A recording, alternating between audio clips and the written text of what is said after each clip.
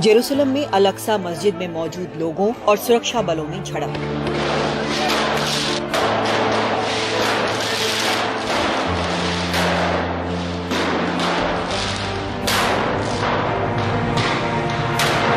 और इसके बाद गाजा और लेबनान की ओर से इजराइल पर रॉकेटों की बरसात।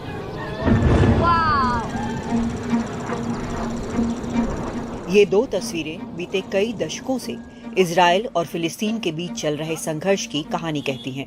हर बार बहाने बदल जाते हैं, झड़प होती है। इस बार अल-अक्सा में झड़प की वजह क्या थी?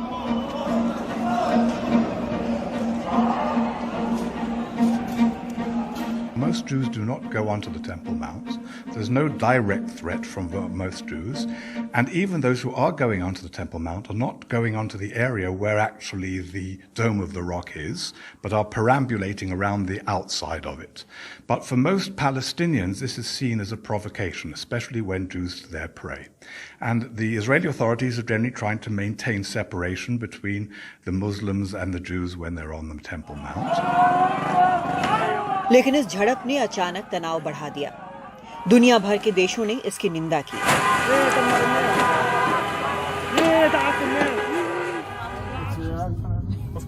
हालात जानने के लिए मैं पहुंची इजराइल लेबनान सीमा पर। ये जो हेलीकॉप्टर आप मेरे पीछे देख रहे हैं, आज इस हेलीकॉप्टर से मैं लेबनान बॉर्डर तक जाऊंगी।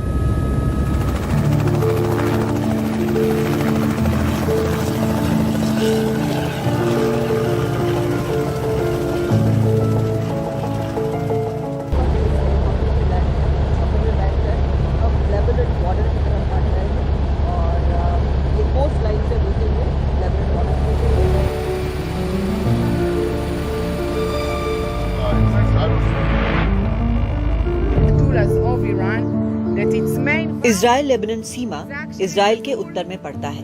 दोनों देशों के तनाव ने युद्ध देखे और 1982 के युद्ध के बाद भी साल 2000 तक इजराइल ने लेबनान के दक्षिण में कुछ इलाके पर कब्जा बनाए रखा, बफर जोन की तरह। अब इलाका यूएन की निगरानी में है, लेकिन तनाव कम नहीं है। इजराइल कहता है कि लेबनान की तरफ से घुसपैठ और आतंकी हमले लगातार जारी हैं। मेरे पीछे आप ये दीवार देख सकते हैं जो इजराइल इस वक्त बना रहा है, और ये नई दीवार है, मतलब 1 महीने से ये बन रही है, इस पर काम हो रहा है। ये इजराइल लेबनान बॉर्डर पर है और पीछे आप साफ देख सकते हैं लेबनान, जहां से करीब 2 हफ्ते पहले कम से कम 35 रॉकेट जो है वो दागे गए थे इजराइल की टेरिटरी में। अधिकतर तो आयरन डोम के जरिए इंटरसेप्ट कर लिए गए, लेकिन करीब 5 ऐसे रॉकेट हैं जो कि शहर के अंदर भी गिरे और कुछ लोग इसमें घायल भी हुए। तो आप समझ सकते हैं कि जो हालात हैं यहाँ पर वो कितने तनावपूर्ण है, कितने कॉम्प्लेक्स है। ये अपने आप में एक बड़ी चुनौती है, क्योंकि यहाँ लेबनान से इतने पास से अगर रॉकेट दागे जा रहे हैं तो आप ये एक निश्चित तौर पर बहुत ही ज्यादा खतरनाक बात है। देखने में कई बार हालात सामान्य लगते हैं। ठीक सीमा पर एक मशरूम पैकेजिंग कंपनी की इमारत है। सीमा पार ऑलिव की झाड़ें हैं, रिहायशी मकान हैं, लेकिन जरा नजर घुमाए तो हर जगह निगरानी टावर भी नजर आते हैं। मोबाइल कैमरा जरा सा जूम करें तो और भी साफ। मकसद इजरायली सीमा पर नजर रखना।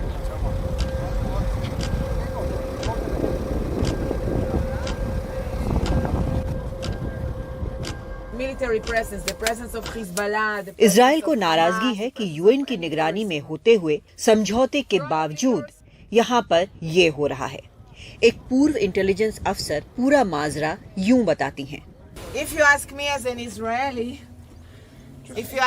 Israeli, what's the mission of the UN forces over here? I would tell you that the mission of the UN forces is to enforce the resolution that was accepted in the UN, to make sure that the area that you're looking at will be empty of any illegal presence, meaning the presence, military presence, the presence of Hezbollah, the presence of Hamas, the presence of any terrorist group.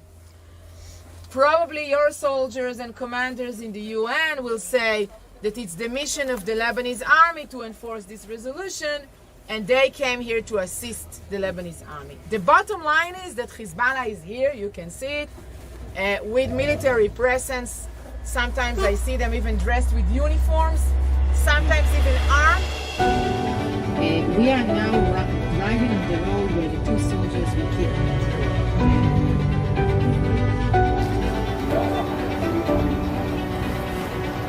यहीं पास में Israeli इलाके में घुसकर आतंकियों ने कुछ सैनिकों की हत्या कर दी थी। 2 को अगवा कर लिया था। जानकार बताते हैं कि हाल में यहीं से घुसकर एक आतंकी ने तेल अवीव में आईईडी प्लांट किया था। इसलिए सुरक्षा के इंतजाम हर वक्त चाक चौबंद हैं।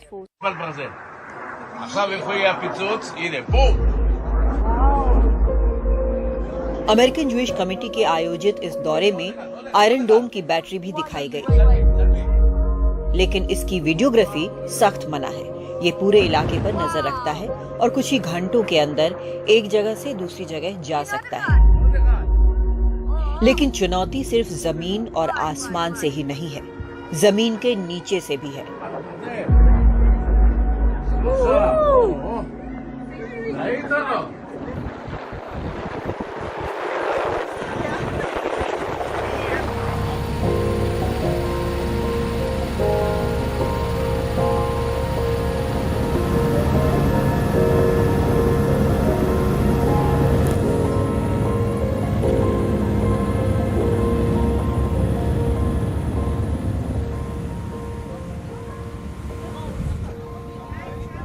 टनल के अंदर जा रही हूँ, जो उन 6 टनल्स में से है जो लेबनान की तरफ से इजराइल के टेरिटरी में बिल्ड किए गए थे, बनाए गए थे, ताकि वहाँ से अटैकर्स को भेजा जा सके। इन सभी टनल्स को हालांकि इजराइल ने जब डिस्कवर किया, इजराइल की सेना ने जब डिस्कवर किया, उसके बाद इन्हें सीमेंट से फ्लड कर दिया गया और एक्सप्लोसिव से कोलैप्स भी किया गया। There are videos, aerial footage of the Lebanese side and their entrance into the tunnel being flooded with cement, and Hezbollah operatives running and hiding and taking all of their weaponry out of the entrance to the tunnels. No, never. But you can see the hooks over here that they set, and also all of the cables, all of the electricity is theirs. It's not connected to anything at the moment because we have no use for that. But the electricity is here. If you can go down a bit, you will see out ports to charge their phones. To charge, you will see water stations, tables. ये सिर्फ एक सीमा है। नजर डालते हैं कि Gaza से सटे इलाके में क्या हाल है। गाजा से बिल्कुल लगे इलाके में ये किबुट्स है। किबुट्स यानी कम्युनिटी लिविंग, जहां एक बड़ा समूह साथ रहता है। जरूरत की खाने पीने की चीजें यहीं उगाई जाती हैं। साझा पैसे भी होते हैं ताकि सभी सदस्यों की मदद हो सके।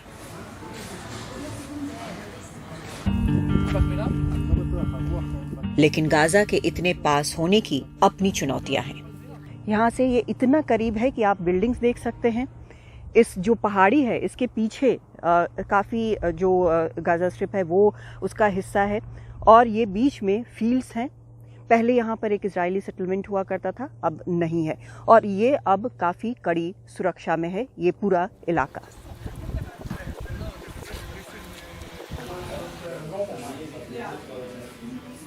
अब किबुट्स में सेफ रूम है, बाकी इजराइल की तरह। इस किंडरगार्टन में बच्चे पढ़ते हैं। काफी पहले का बना हुआ है, इसलिए 1991 के बाद के नियमों के मुताबिक कंक्रीट की मोटी दीवारें, मेटल नहीं है। लेकिन ये सेफ रूम है। रॉकेट आने का पता चलते ही इलाके में सायरन बजता है। महज 8 से 15 सेकंड होते हैं सेफ रूम में घुसने के लिए। बड़े बच्चे सब इसके आदी हैं। इसके लिए मॉक ड्रिल भी होते हैं। लेकिन अब नया स्कूल भी बन रहा है। Most of them are within the pink. लेकिन फिलिस्तीन क्या सोचता है?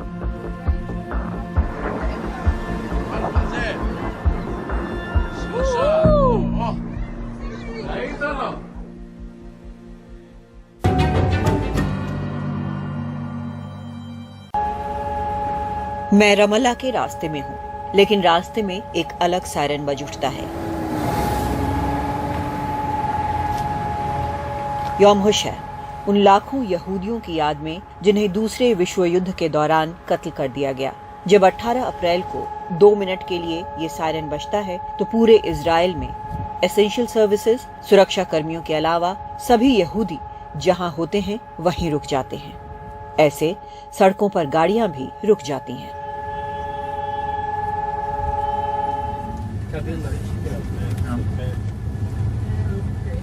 फिलिस्तीन से रामाला की तरफ जाते रास्ते में भी दीवार है, लेकिन कहीं पासपोर्ट चेक नहीं हुआ।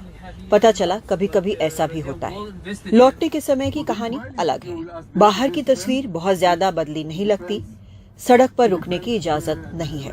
आखिर रमाला के ऐसे इलाके में पहुंचे हैं जो दिमाग में बनी फिलिस्तीन की तस्वीर से अलग है। फरवरी 2018 में पीएम मोदी फिलिस्तीन का दौरा करने वाले पहले भारतीय पीएम बने। इस वक्त मैं फिलिस्तीन के रमाला इलाके में हूं और अगर आप ये इलाका देखें तो ये किसी भी शहर के आम नेबरहुड जैसा लगता है, मोहल्ले जैसा लगता है। इस वक्त काफ़ी शांति है, रमज़ान का महीना है और काफ़ी शांति है। लेकिन जब यहाँ तक पहुँचने के लिए लगा था कि शायद पासपोर्ट के लिए सर्च होगा, पासपोर्ट देखा जाएगा, काफ़ी हैवी सिक्योरिटी होगी, लेकिन ऐसा हुआ नहीं। कभी कभी ऐसा होता भी है कि पासपोर्ट वगैरह देखा जाता है। इसके बारे में, रमाला के बारे में बार बार एक कॉन्फ्लिक्ट जोन की तरह ख्याल आता है मन में, लेकिन यहाँ पर जब आते हैं तो लगता है कि ये बिल्कुल अलग है। इसकी वजह ये है कि रमाला और गाज़ा दोनों के कैरेक्टर्स काफ़ी अलग अलग हैं। यहाँ पर हम जिन लोगों से बात कर रहे हैं रमाला में, उनका कहना है कि ये काफ़ी एक कॉस्मोपॉलिटन तरह का इलाका है और गाज़ा जो है उसका हिसाब किताब बिल्कुल अलग है, क्योंकि गाज़ा जो है उसमें कंप्लीट ब्लॉकेड है। यहाँ तक आने में एक दीवार नज़र आई जो कि इजरायली सरकार ने बनाई है और ये तब बनाई है जब सिक्योरिटी सिचुएशन जो है वो काफ़ी डिफ़िकल्ट हो गया। बॉम्बिंग हो रहे थे इस इलाके से, पैलेस्टाइन के इलाके से कई तरह के हमले हो रहे थे, तो ये दीवार बनी और उसके बाद एक जो डिवाइड जो है वो कहीं ज़्यादा होता नज़र आया। लेकिन ये भी आश्चर्यजनक बात है कि फ़िलिस्तीन के लोग और इजराइल के हाईटेक कंपनी के लोग आपस में कोलैबोरेट कर रहे हैं काम करने के लिए। भारत अरसे तक फ़िलिस्तीन के अधिकारों के साथ खड़ा रहा। इजराइल के लिए दरवाजे देर से खुले, लेकिन ये सवाल उठा कि इजराइल के साथ कूटनीतिक संबंध बनाते हुए भारत ने फिलिस्तीन से दूरी बरतनी शुरू की है। भारतीय प्रधानमंत्री का फिलिस्तीन दौरा इसी सवाल का जवाब रहा। भारत की कोशिश असल में दोनों को अलग अलग देखने की है। लेकिन एक बार फिर हिंसा तेज हो रही है। इजरायलियों पर हमले तेज हो गए हैं। इजराइल का कहना है कि लेबनान के क्षेत्र से छोड़े गए रॉकेट असल में हमास की कार्रवाई है, जिसका प्रभाव लेबनान के उस इलाके में है। लेकिन वजह क्या है हिंसा बढ़ने की? एक तो युवाओं का प्रतिशत फिलिस्तीनी आबादी में अब काफी ज्यादा है और समस्या ये कि रोजगार अधिकतर के पास नहीं और अधिकतर धार्मिक भी होते जा रहे हैं। जाने माने फिलिस्तीनी think tank policy and survey research के प्रमुख रिसर्च आधारित डेटा के आधार पर बताते हैं कि हालात क्या हैं। Abandoned support for the one-state solution of the equalizer did not go back to support a two-state solution. So what do they support? No solution at all. They are based, when we asked them, they basically said there is no political solution to the conflict with Israel. So we asked them, do you not support, when we asked, they say they don't support a two-state solution.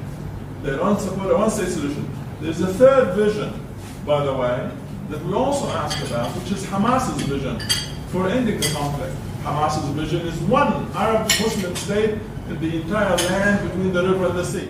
लेकिन तब भी कुछ स्तर पर फिलिस्तीनी और Israeli सहयोग करते हैं, जैसे हाईटेक में। हमने इनसे भारत के बारे में, आम राय के बारे में जानना चाहा।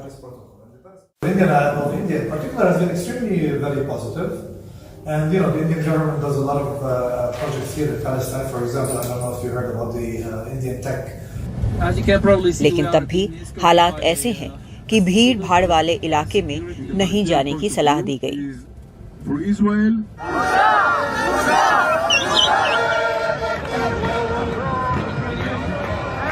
हालांकि ऐसा नहीं है कि बाहरी खतरों से जूझते हुए लोकतंत्र सस्पेंड हो गया हो। प्रधानमंत्री बेंजामिन नेतन्याहू के जुडिशियल रिफॉर्म्स बिल्स का जनता जबरदस्त विरोध कर रही है और यहाँ तक कि इसमें पूर्व सैनिक या रिजर्विस्ट भी शामिल हो गए हैं। फिलहाल इन बिलों पर पीएम ने चर्चा के लिए रोक लगाई है, लेकिन विरोध जारी है। The problem that we have in the judiciary system in Israel is that 3 people, 10 people, 15 people take the decisions instead of the people. This is anti-democratic status, and we need to change it. And what we are doing in a very, very careful way is to bring back the right balance between the authorities in our democracy. What happened right now with the current coalition, with a judicial overall that are trying to advance, they are trying to initiate dictatorship, and we'll do whatever need, as we did in the past, being in front line to defend Israel, to keep it democracy. Israel is under attack, a real attack. Nothing have changed. We didn't mean, we didn't want to go into this situation. It's something that we've been forced to do, and we'll do it until we'll feel free again, that Israel is safe, and the democracy, the beautiful democracy, you can see it here around, is that will keep it and keep it alive. Israel में जो हो रहा है उसकी जड़ें भूगोल, इतिहास और राजनीति सबसे जुड़ी हैं। लेकिन हर वक्त हिंसा की छाया में रहने के बावजूद लोकतंत्र के लिए उठ खड़ा होना शायद देश प्रेम का सबसे बड़ा सबूत है। और ये हर उस देश के लिए सबक है जहां लोकतंत्र के दायरे सिकोड़ने की कोशिश हो रही है। Kadambini Sharma, NDTV, India.